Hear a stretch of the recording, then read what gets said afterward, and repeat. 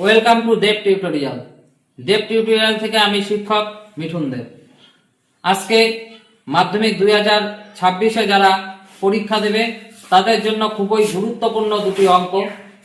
কোষে দেখি 9.3-এর 8 নম্বর অঙ্কটা খুবই পরীক্ষায় আসার মতো। আর একটি হলো কি কোষে দেখি 14-র 3 নম্বর অঙ্ক। আমি 100% গ্যারান্টি দিয়ে বলছি এই দুইটা অঙ্ক মাধ্যমিক আসার প্রবল সম্ভাবনা রয়েছে। আমি অঙ্ক দুটি খুব সহজভাবে বুঝিয়ে দিলাম। তোমাদের তাও যদি কারো অসুবিধা হয় বুঝতে, তাহলে কমেন্টস করবে, আমি বুঝিয়ে দেবো। 2026 সালের মাধ্যমিকের ছাত্রছাত্রীদের জন্য আরো একটি খুবই গুরুত্বপূর্ণ অঙ্ক। কোষে দেখি 14-র 3 নম্বর অঙ্কটি খুবই গুরুত্বপূর্ণ মাধ্যমিক 2026-এ আসার জন্য।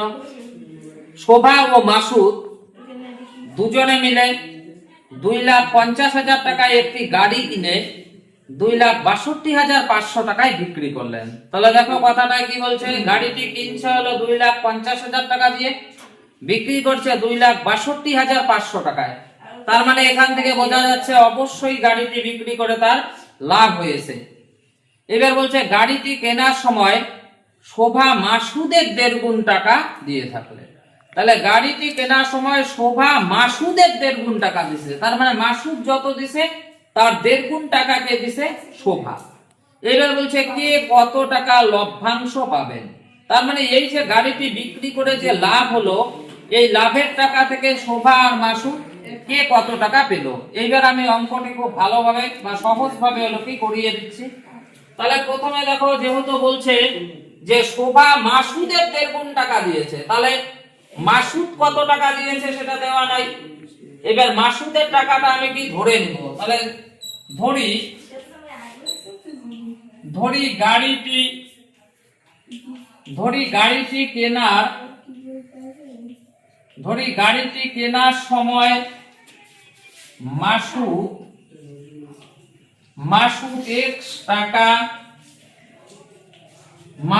X টাকা দিয়েছিল। ধরি গাড়িটি কেনার সময় মাসুদ X টাকা দিয়েছিল। এইবার বলছে শোভা মাসুদের 1.5 গুণ টাকা দিয়েছে। তাহলে সুতরাং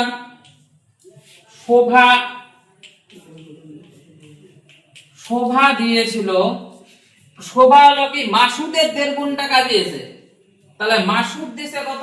X, এর মানে গুণ চিহ্ন, কত? 1.5 গুণ। তাহলে 1 সমস্ত 1/2, তাহলে এত টাকা। এবার এটা x গুণন এটা সমস্ত ভাঙালে 2 কে 2 আর 1 কে 3 বাই কত? 2, এত টাকা। তাহলে সমান সমান 3 আর x হলো 3x বাই কত? 2, এত টাকা। তাহলে দেখো এইবার আমি কি পেলাম, যে গাড়িটি কেনার সময় মাসুদ দিছে হলো x টাকা আর শোভা দিল কত? 3x বাই 2, এত টাকা। এইবার দুইজনের এই যে টাকাটা দিল, তাহলে দুইজনের কি মূলধনের অনুপাত। তাহলে শোভা ও মাসুদের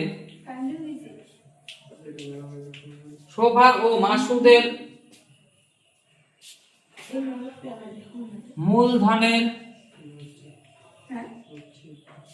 অনুপাত। তাহলে সমান সমান শোভা তাহলে কত টাকা দিয়েছে? শোভারটা আসলো হলো 3x বাই কত? 2 ইস টু মাসুদের কত? x। তাহলে দেখো উপরে এখানে x যদি উঠে যায় তাহলে কি থাকে? এখানে 3/2 ইস টু এখানে কত থাকে? x ওকে x মানে 1। আবার সমান সমান দাও, তাহলে এখান থেকে কি করা যায়? লসাগু।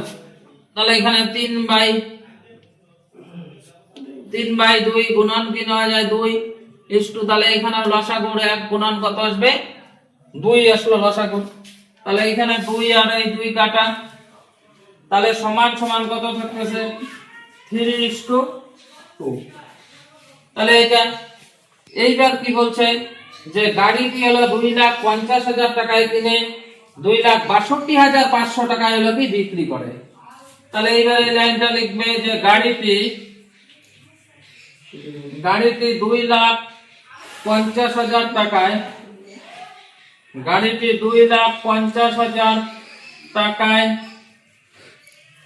কিনে 2,62,000 2,62,500 টাকায় 2,62,500 টাকায় বিক্রি করায়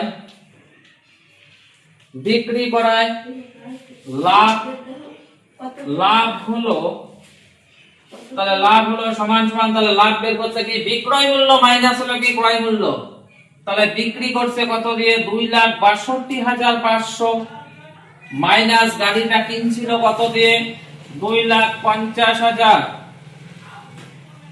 তাহলে এটার থেকে বিক্রয় মূল্য থেকে ক্রয় মূল্য বিয়োগ দিলে তাহলে কত টাকা লাভ হচ্ছে গাড়িটার, তাহলে 2,62,500 থেকে 2,50,000 টাকা বিয়োগ, তাহলে বিয়োগ দিলে কত থাকতেছে এখানে, তাহলে 2,62,500 তার থেকে মাইনাস হবে কত 2,50,000, তাহলে এটা মাইনাস করলে কত থাকতেছে দেখো 0 0 এখানে 5 2 1, তাহলে কত আসলো 12,500 টাকা।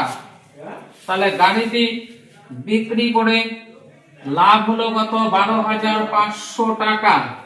এইবার দেখো কি বলছিল প্রশ্নটায়, যে এই যে লাভটা হবে এই লাভের টাকা দুজনে হলো কি ভাগ করে নেবে।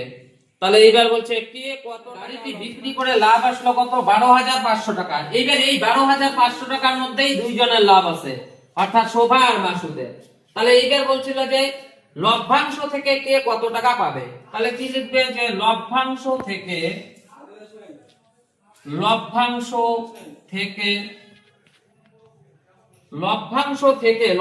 থেকে মানে লভ্যাংশ কত আসলো 12,500 টাকা। এই 12,500 টাকা থেকে প্রথমে কে আছে শোভা, তাহলে লভ্যাংশ থেকে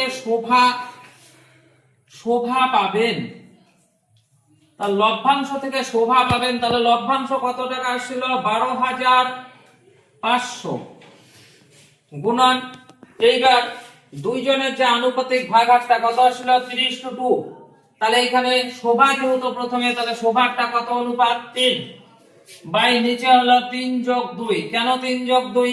কারণ এই যে 12,500 টাকা এটার মধ্যে দুইজনেরই ভাগ আছে, অর্থাৎ শোভার হলো কত 3 আর মাসুদের কত 2।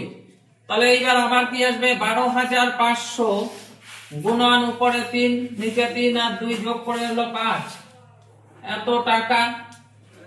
5 দিয়ে এবার এটাকে ভাগ করো, 5 দুগুণ 10, তাহলে 2 এ 5 25, 5 5 25, দুইটা শূন্য, তাহলে কত আসলো 2,500।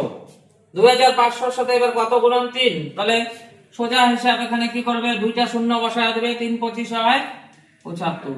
তাহলে শোভা পেল কত, শোভা পেল হলো 7,500 টাকা, এটা একটা आंसर। এইবার শোভা হলো 7,500 টাকা যদি হয় তাহলে মাসুদ কত টাকা পাবে, মাসুদ বাকি টাকাটা পাবে। এইবার তাহলে কি লিখবে লভ্যাংশ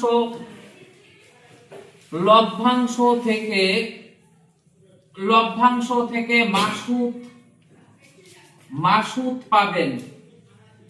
তাহলে লভ্যাংশ কত টাকা ছিল 12,500 গুণন, এবার মাসুদের অনুপাতিক ভাগাকারটা কত ছিল 2, নিচে হলো দুইজনের যোগফল 3 যোগ কত 2, এত টাকা। আবার সমান সমান দাও, তাহলে কত আসলো 12,500 গুণন উপরে কত আছে 2 নিচে 3 আর 2 যোগ করে হলো 5, এত টাকা। এবার দেখো 5 দিয়ে এটাকে ভাগ করে কত ছিল 2,500। এবার 2,500 তার সাথে 2 গুণ করলে কত আসতেছে, তাহলে দুইটা শূন্য বসায় দিলাম, 25 দুগুণ কত হয় 50, তাহলে 5,000 টাকা। তাহলে এটা হলো আপনার आंसर। এইবার দেখো কি করে বুঝবে যে অঙ্কটা সঠিক হলো কিনা। মোট লাভ হচ্ছে কত 12,500 টাকা। এই 12,500 টাকার মধ্যে দুইজনেরই হলো কি ভাগ আছে বা লভ্যাংশ আছে। তাহলে 12,500 এর মধ্যে শোভা পেল কত 7,500 টাকা আর মাসুদ পেল কত 5,000 টাকা। এইবার এই যে দুইজনে যে লভ্যাংশটা পেল এই দুইটাকে যোগ করে দাও, তাহলে দেখবে এই মোট লভ্যাংশটা আসবে। তাহলে 7,500 আর 5,000 যোগ করলে কত আসলো 12,500 টাকা। তাহলে মোট লাভ হচ্ছে কত 12,500 টাকা। এই 12,500 টাকার মধ্যে দুইজনের লভ্যাংশ মানে দুইজন কত করে ভাগ করে নিল, তাহলে শোভা পেল হলো 7,500 টাকা আর মাসুদ পেল হলো কত 5,000 টাকা।